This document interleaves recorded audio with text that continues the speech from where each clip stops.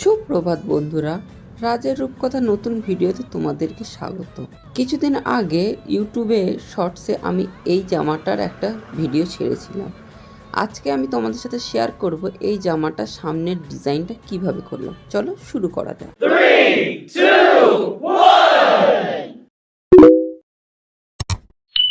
প্রথমেই আমরা সামনের ডিজাইনের বরফি অংশটা তৈরি করে নেব। তার জন্য একটা কাপড়ের চওড়ার দিক থেকে 3 ইঞ্চি করে কেটে নেব। কাটা হয়ে গেলে সেটাকে আমরা আবার চওড়ায় 3 ইঞ্চি করে নেব। তাহলে আমাদের টোটাল এক একটা বরফি 3 ইঞ্চি লম্বা এবং 3 ইঞ্চি চওড়া করে হবে, এবং সেটাকেও কেটে নেব।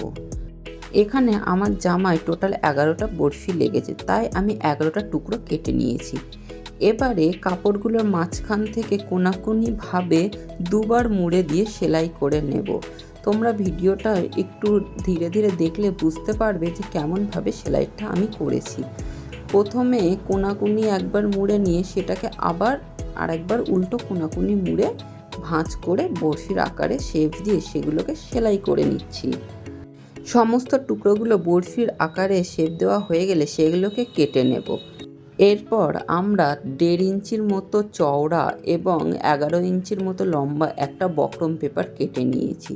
সেটাকে কাপড়ের উপরে রেখে তার চারপাশে 1/2 ইঞ্চির মতো এক্সট্রা জায়গা রেখে কাপড়ের টুকরোটাও কেটে নিয়েছি।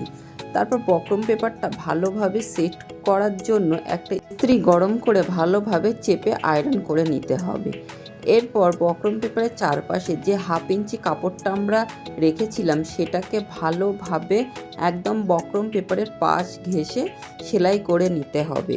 এরপর বক্রম পেপারটা মাঝখান দিয়ে একটা ভাঁজ দিয়ে দাগ টেনে নিতে হবে, এবং জামায় যে অংশে আমরা ডিজাইনটা করব সেই অংশে ভালোভাবে পিন দিয়ে সেট করে নিতে হবে। প্রয়োজন হলে আমরা ইঞ্চি টেপের সাহায্যে মাপ নিয়ে 2 সাইডে সমান পরিমাণ কাপড় রেখে দিতে পারি। এরপর আমরা ডিজাইনটা কেমনভাবে হবে তেমনভাবে বরফিগুলোকে সাজিয়ে নেব পরপর।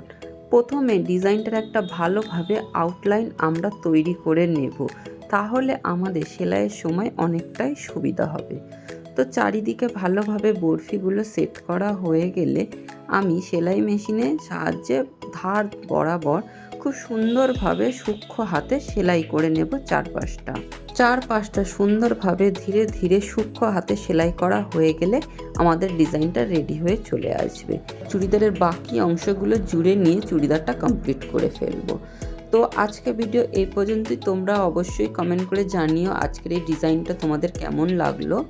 আর এরকম আরও ভিডিও পেতে আমার চ্যানেলটা সাবস্ক্রাইব করে রাখো। তার সাথে দেখাবো অন্য একটি ভিডিওতে। ততক্ষণ বাই বাই।